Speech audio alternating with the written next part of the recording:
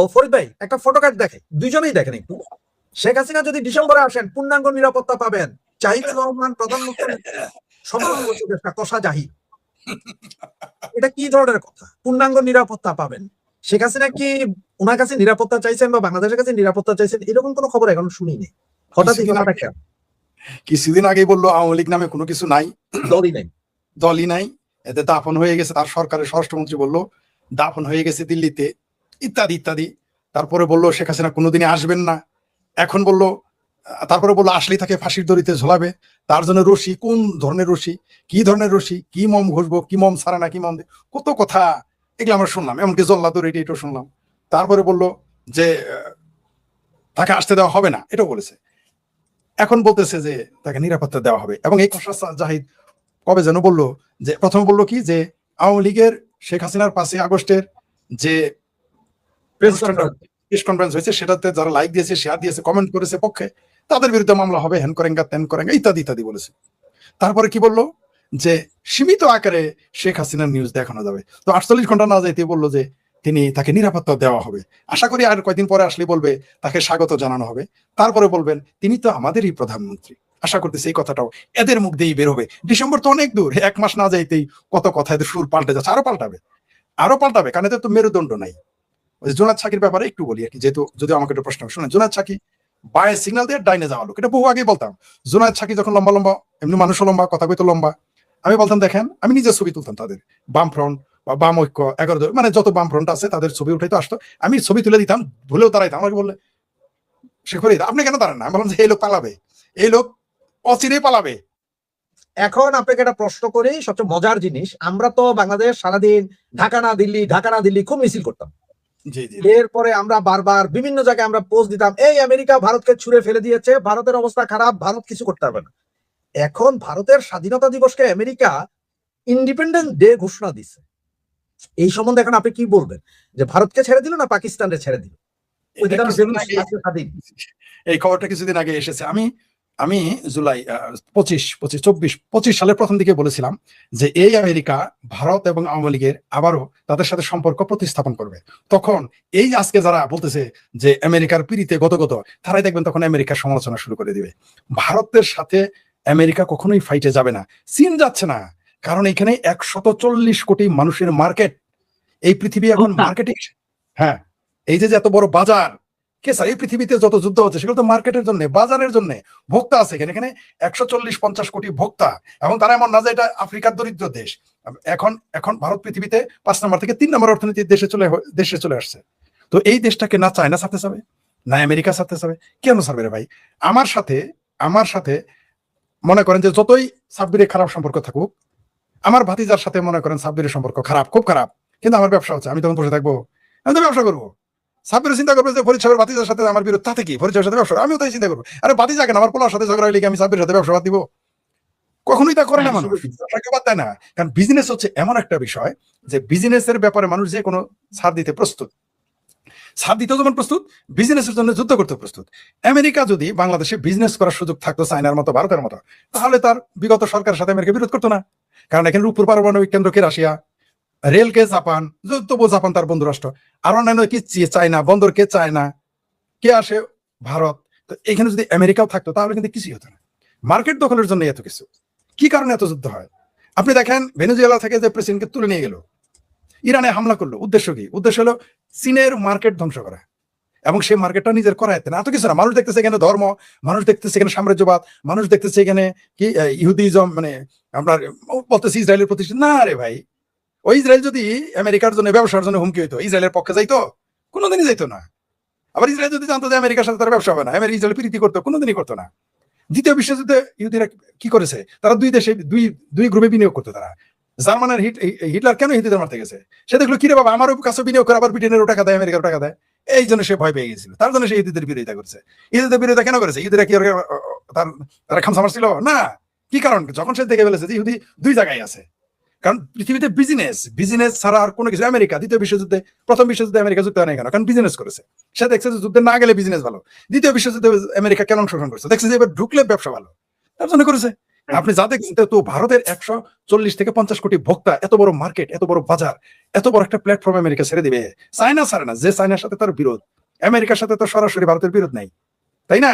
1971-এ মুক্তিযুদ্ধের প্রসঙ্গ ছাড়া ভারতের সাথে আমেরিকার তো আমি কোথাও বিরোধ দেখি না, মানে বড় কোনো বিরোধ আমরা দেখি না।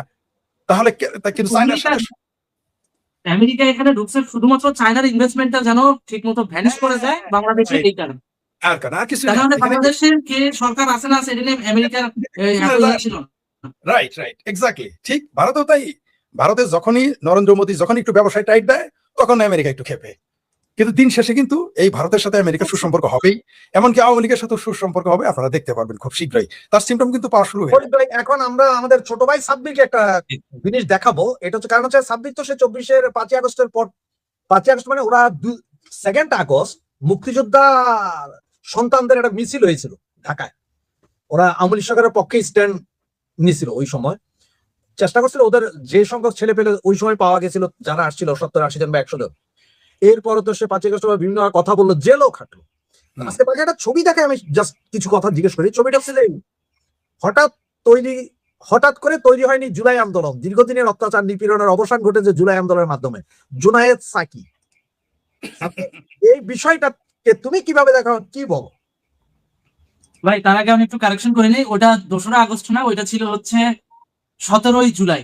হ্যাঁ, আপনারা যদি সমকালের নিউজ গুলো এখনো আছে, ওদের প্রোফাইল ফিল্টার করে দেখেন, জুলাই মাসের 17 তারিখ 2024 সাল। ওই যে যখন দীপ্তি চৌধুরীকে রীতিমতো অপমান করেছে বলে, আমি মুক্তিযোদ্ধার সন্তান বলে চিল্লাচিল্লি কইরা বিচারপতি মানিককে অপদস্থ করা হলো, তখনও কিন্তু বিচারপতি মানিক ওই স্টুডিওর মধ্যে অপদস্থ হয়েছে, তার বাইরে হয় নাই। হ্যাঁ, তার পরের দিন আমরা চিন্তা করলাম যে না, একজন বিচারপতি তিনি তো কোনো মানে সস্তা কথা বলতে পারেন না, তার সাবেক বিচারপতি তিনি। যখন আমরা মুক্তিযুদ্ধ মঞ্চের সবাই মিলে তখন দাঁড়ালাম, আমরা প্রত্যাশা করেছিলাম তৎকালীন ছাত্রলীগের কেউ কেউ আমাদের সঙ্গে যুক্ত হবেন মুক্তিযুদ্ধের পক্ষের ব্যানারে, কিন্তু তারা হয়নি। এটা আসলে আওয়ামী লীগের ভিতর দীর্ঘদিনের বিভাজনের একটা প্রতিফলন আমরা ওই দিন দেখেছিলাম। তারপরেও আমরা লোকজন কম ছিলাম না, প্রায় 120 থেকে 25 জন আমরা মুক্তিযুদ্ধ মঞ্চের ব্যানার নিয়ে আমরা দাঁড়িয়েছি।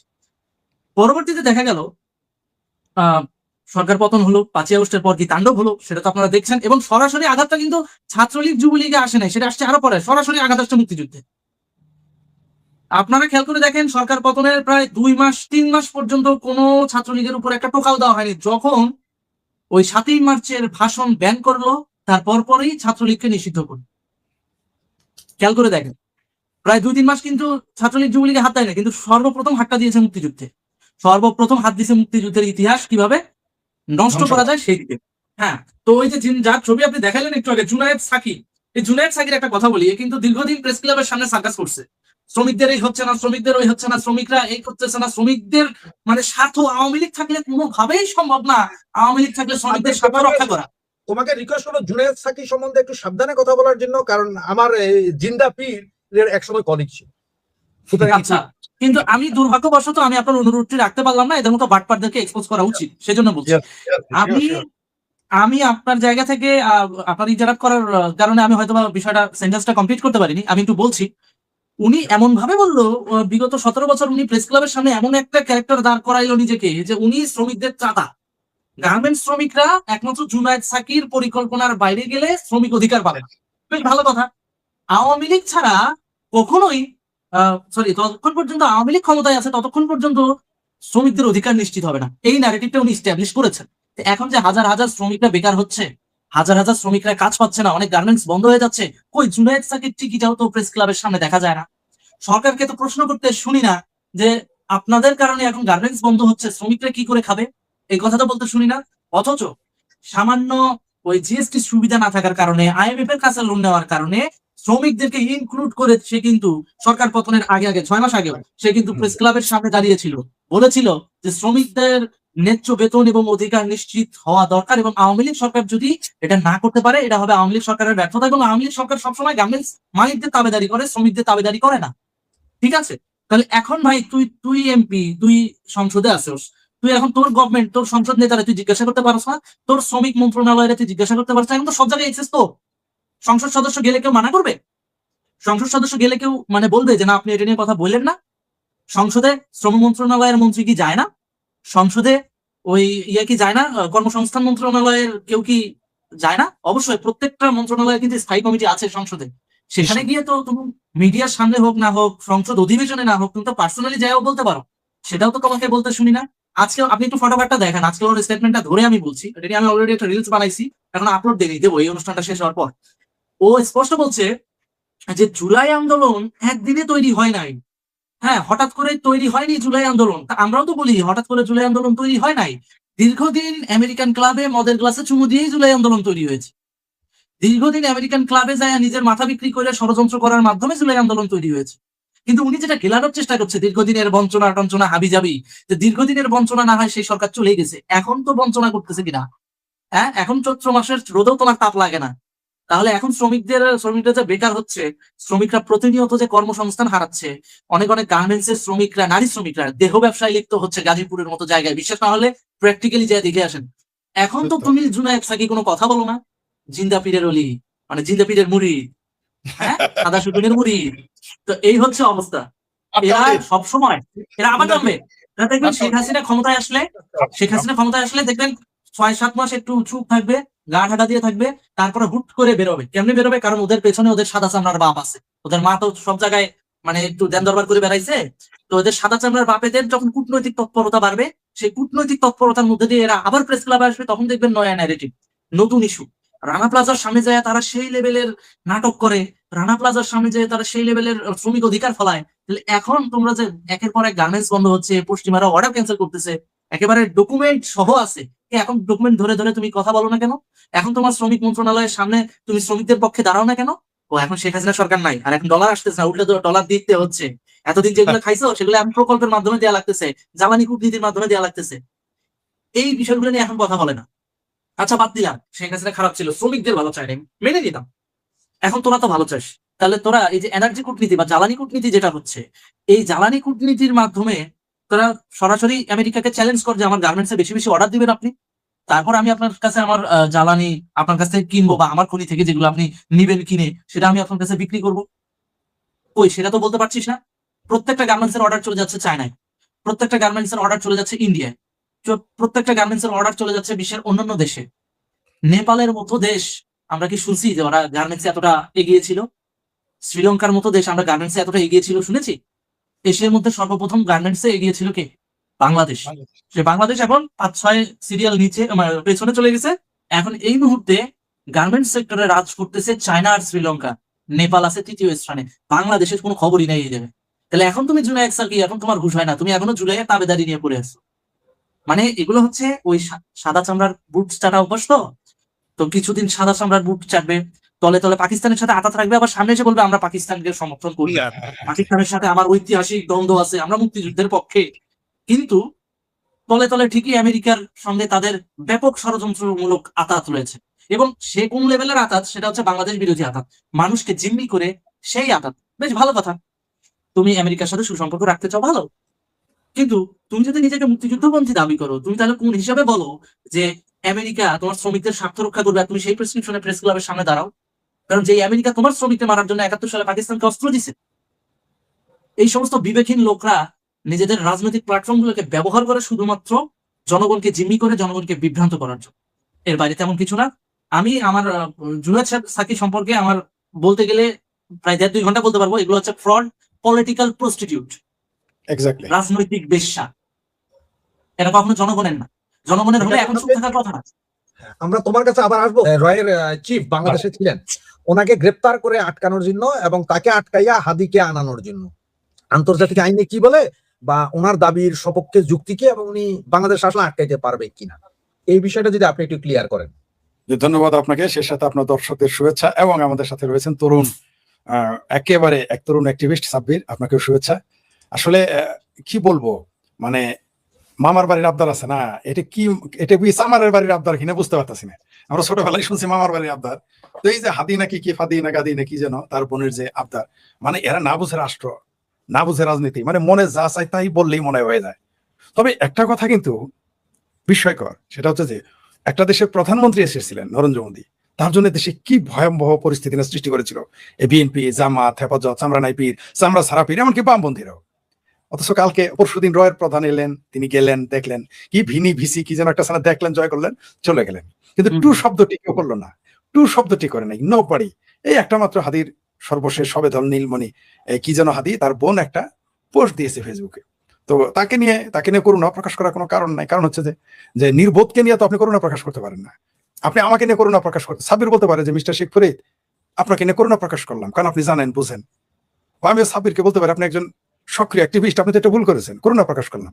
কিন্তু যারা বুঝেই না, নির্বোধ, তাকে নিয়ে তো আপনি করুণা প্রকাশ করতে পারবেন না। তাই তাদের নির্বোধ শুধু হাসলা, তাদের জন্য হাসা যায়, হাসাহাসি করা যায়, কৌতুক হিসেবে খারাপ না। কারণ বাংলাদেশে দিলদার, টেলিসামাদ, মতি ভাই এরা মারা গেছে, তো এদের স্থানে তো কাউকে না কাউকে আসতে হবে।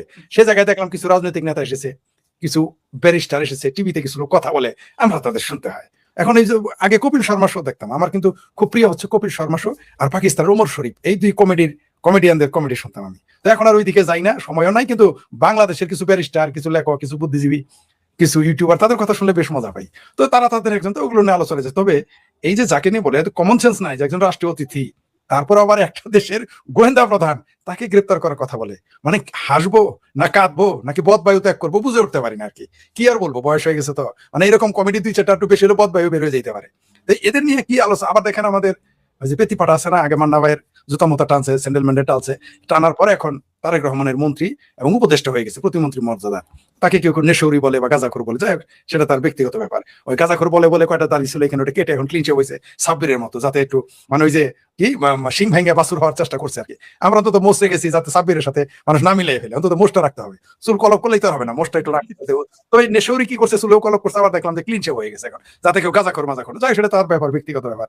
কিন্তু একজন রাষ্ট্রীয় অতিথি সে যদি সাধারণ মানুষ হয়, তাকে যে গ্রেপ্তার করা যায় না, তাকে নিয়ে কথা বলা যায় না, এই সেন্সটা এদের নাই।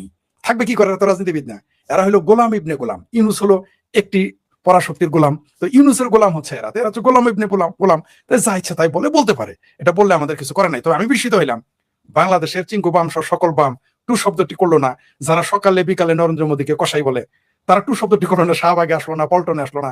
অদ্ভুত ব্যাপার, আমরা নাই পীর পর্যন্ত নীরব, তারপরে মহান বিপ্লবী 501 মৌলবী নীরব, জামাত নীরব, আমার 6 ভাবির পোলা যারা এখন সংসদে সংসার করতেছে অনুরোধের আসরে, যারা আমার মনে হয় তাদের কারাগারের বয়স হয়তো সাব্বিরের চেয়ে 2-1 বছর বড় হবে, 2-1 বছরের ছোট। সাব্বির এই বয়সে কিন্তু কখনোই, তার যদি যোগ্যতাও থাকে, আমার ধারণা সে কখনোই ইলেকশন করবে না। সে বলবে যে না, আমার অনেক যোগ্য। তারপরে গেল, তার একটা বয়সের ব্যাপার, সে বলবে যে না, আমার সময় লাগবে, আরো আছে, তারা এমপি ইলেকশন করবে, আমি করবো না। সে যে যোগ্য হয় তবুও। কিন্তু আমার ভাবির পোলা যারা মেম্বার হইতে পারবে না, যারা বাপদাদা মিলা মেম্বার হইতে পারবে না, তারা এখন 6 যে ভাবির পোলা আছে অনুরোধ আসরে, তারাও দেখি নীরব। এমনকি এই যে কি গণরীয় অধিকার পরিষদ নাকি গণ অধিকার পরিষদ কি যেন নাম ছিল, সেটা ভাঙিয়া তখন না, একটা আমজনতা আর একটা ভাঙিয়া তখন তারেক রহমানের দলে আসছে বিভিন্নরা। এরা 2 ভাই মিলায় যে কাল গোলাম তারেক আর হচ্ছে আপনার কি বলার নাম আরে বিভিন্নরা, আর সাথে আর চেলাপেলা যারা ছিল রাশেদ, হাই রে চিৎকার চেঁচামেচি করেছিল ইন্ডিয়া বয়কট, ইন্ডিয়া বয়কট। ও এখন দেখি ইন্ডিয়া বয়কট না, শুধু ইন্ডিয়ার রয়ের প্রধানকে দাওয়াত দিয়ে নিয়ে আসে। মানে কি হাস্যকর ব্যাপার। মানে দেখেন, বোঝা গেল যে যাহা আওয়ামী লীগের সময় যাহা হারাম, বিএনপির সময় তা হারাম। ভাস্কর্য আওয়ামী লীগের সময় হারাম ছিল, এখন ভাস্কর্য আরাম হয়ে গেছে। এমনকি মৌলবীরাও এখন বলেছে মাথা ছাড়া ভাস্কর্য চলবে। কোন দিকে যাবেন আশা করি আর কিছুদিন পরে মাথা আলা ভাস্কর্য জায়েজ করে ফেলবে, কোনো সন্দেহ নেই।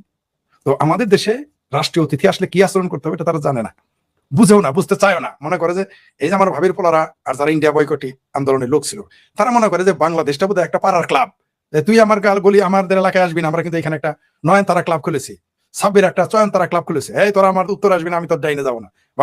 এটা মনে করে দেশটা একটা ক্লাব মনে করে। কিন্তু একটা দেশ পক্ষের বিপক্ষের মতের দ্বিমতের সবাইকে নিয়ে, কালো ধলো, ভিন্ন ধর্মের, ভিন্ন সম্প্রদায়ের, ভিন্ন ভাষার, ভিন্ন আদতে সবাইকে সঙ্গে নিয়ে একটা রাষ্ট্র পরিচালনা করতে হয়। তো তাদের মাথায় এটা ঢুকে না।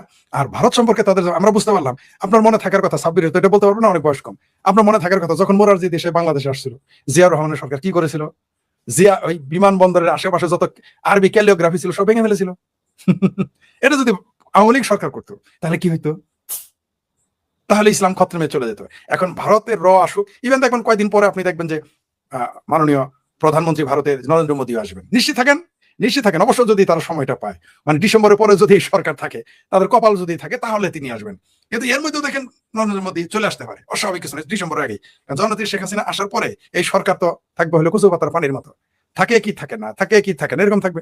তো তার জন্য বলতে পারবো না। কিন্তু শেখ হাসিনা আবার যখন ক্ষমতায় আসবেন বা আওয়ামী লীগ ক্ষমতায় আসবে, মুক্তিযুদ্ধের পক্ষের দল ক্ষমতায় আসবে, এই রয়ের প্রধান যদি ঘুরতে আসে, দেখবেন তখন ফতোয়া কাকে বলে, মিছিল কাকে বলে, আন্দোলন কাকে বলে। বাইতুল মোকাররমের চতুর্দিকে কি তখন মিছিল মিটিং হবে? ওরে বাপরে বাপ, বাইতুল মোবারকের 3 দিকে মুসলমান, আরেক দিকে হলো আধা নাস্তিক আধা মুসলমান বামপন্থীরা আছে। তারপর শাহবাগের সকালবেলা চিঙ্কু বাম থাকতো, বিকেলবেলা ডুপ্লিকেট বাম থাকতো, তারপরে আরো শাহবাগে সব ভাবির পোলারা জুলাই সন্ত্রাসীরা আইসা দেখবেন মিছিল মিটিং শুরু করে দিত। কিন্তু এখন অবশ্য আগামীতে সে সুযোগ পাবে না, কারণ বাংলাদেশের জনগণ তাদের শত্রু মিত্র চিনে ফেলেছে। আমার না এখন খুব ইচ্ছে করে একটু দেখে যেতে, যদি দেখে যেতে পারতাম যে বাংলাদেশ আওয়ামী লীগ এবং মুক্তিযুদ্ধের পক্ষের শক্তি যৌথভাবে যখন ক্ষমতায় আসবে তখন এদের আচরণগুলো কি আমরা একটু দেখতাম। এটা দেখার আমার খুব শখ যে এরা তখন কি ভাষায় কথা বলে। তবে আওয়ামী লীগের কপাল ভালো যে তারা এমন একটা প্রতিপক্ষ পেয়েছে, তারা এখন ভাবির পোলারা বলেন, বিএনপি বলেন, জামাত বলেন, তারা যা যা বলতেছে জাস্ট আগামীতে তাদের আর কষ্ট করে কোনো কথা বলতে হবে না, এগুলো কাট কপি পেস্ট করে বললেই দিলেই হবে। যেমন মনে করেন যদি বলে যে আওয়ামী লীগ সরকার মনে করেন ক্ষমতায়, মনে করেন সাব্বির মন্ত্রী হইলো, মনে করেন যদি সাব্বির ইলেকশন করবে না বলেছে, তখন সাব্বির মনে করেন বিদ্যুৎ প্রতিমন্ত্রী, দেশে কারেন্ট থাকলো না, আমি তখন মনে করেন বললাম যে দেশে তো কারেন্ট নাই মিছিল করেন, তখন সে বলবে, সে কিছুই বলবে না, সে শুধু বিএনপি নেতাদের, বিএনপির বিদ্যুৎ মন্ত্রীর, জ্বালানি মন্ত্রীর বক্তব্য কাট করে দিলে হবে যে একসময় তো কারেন্ট ছিল না, মানুষ কি কারেন্ট ছাড়া থাকে নাই, মানুষ কি জঙ্গলে থাকে নাই। মনে করেন আগামীতে নির্বাচন খুব খারাপ হইলো, আপনারা মনে করেন নির্বাচন কমিশনার বানাইলো আওয়ামী লীগ সরকার, তো আপনি তখন বলেন নির্বাচন খারাপ হয়ে গেল কোনো কারণে, বা নির্বাচন মানে প্রচলিত ধারায় গণতান্ত্রিক পদ্ধতিতে হলো না, তখন মনে করেন আপনি আওয়ামী লীগের নির্বাচন কমিশনার, আপনি বা মনে করেন আপনি আওয়ামী লীগের স্বরাষ্ট্রমন্ত্রী, আপনাকে বানানো হইলো, তখন আপনি বলবেন ভাই নির্বাচন তৃতীয় বিশ্বে শতভাগ সম্ভব না, বাণীতে Ruhul Kabir is BKC gate, মানে আওয়ামী লীগের কত সুবিধা হয়ে গেছে। নিঃসন্দেহে 2024-এর 5ই আগস্টের পর অনেক মূল্য দিতে হয়েছে, চড়া মূল্য দিয়েই বাংলাদেশের আবার বাংলাদেশ আওয়ামী লীগকে ফিরে আসতে হচ্ছে বা হবে। 71-ও আমরা চড়া মূল্য দিয়েছি, 30 লক্ষ মানুষের রক্ত আত্মহত্যা, 30 লক্ষ মানুষের জীবন সেখানে আত্মহত্যা দেওয়া হয়েছে। আওয়ামী লীগকে চড়া মূল্য দিতে হচ্ছে নাকি সাথে দেশের জনগণ, আম জনগণ, সবাইকে? এখন আওয়ামী লীগে আম জনতা, এখন আম জনতার নাই, এখন আওয়ামী লীগে জনগণ, জনগণই আওয়ামী লীগ। কারণ যারা বিএনপি জামাত তারা এখন জনগণের মধ্যে, ওটা তো সরকারি দল, আর সরকারি দল কখনো তো জনগণের মধ্যে পড়ে না। 71-ও আওয়ামী লীগ এবং মুক্তিযুদ্ধের পক্ষের মানুষদের চরম মূল্য দিতে হয়েছে, এখনো দিতে হচ্ছে আমার মনে হয়, কারণ এরা যেহেতু রক্ষক, আপনি যে জিনিসটা রক্ষক, আপনি এদের আগে আমরা না, আমিও কিছুটা সমালোচনা করতাম যে আওয়ামী লীগ কি বলে, তারা এই দেশের মুক্তিযুদ্ধের পক্ষের মানুষ আর কেউ নাই, এগুলো আমি মৃত্যু সমালোচনা করতাম যখন ছাত্র রাজনীতি, ছাত্র ইউনিয়ন করতাম, এগুলো কি বলে সব তারাই দাবি। কিন্তু এখন তো 2024 সালে 5ই আগস্ট একটা জিনিস প্রমাণ হয়ে গেছে, এই দেশের মুক্তিযুদ্ধের স্মারক, মুক্তিযুদ্ধের চেতনা, 72 সংবিধান রক্ষক একমাত্র আওয়ামী লীগ। এটা এখন প্রমাণ হয়ে গেছে, এটা আওয়ামী লীগকে প্রমাণ করতে হয় নাই, এটা জামাত তারপর আমার ভাবির পোলা বামপন্থীরা প্রমাণ করে দিয়েছে। আপনি দেখেন এই দেশে বিচিত্র বিষয় যে এই দেশের বুদ্ধিজীবীদের চরিত্র 2024-এর 5ই আগস্ট যদি না আসতো, আমরা কিন্তু এই বুদ্ধিজীবীদের চরিত্র, সাংবাদিকদের চরিত্র দেখতে পেতাম না।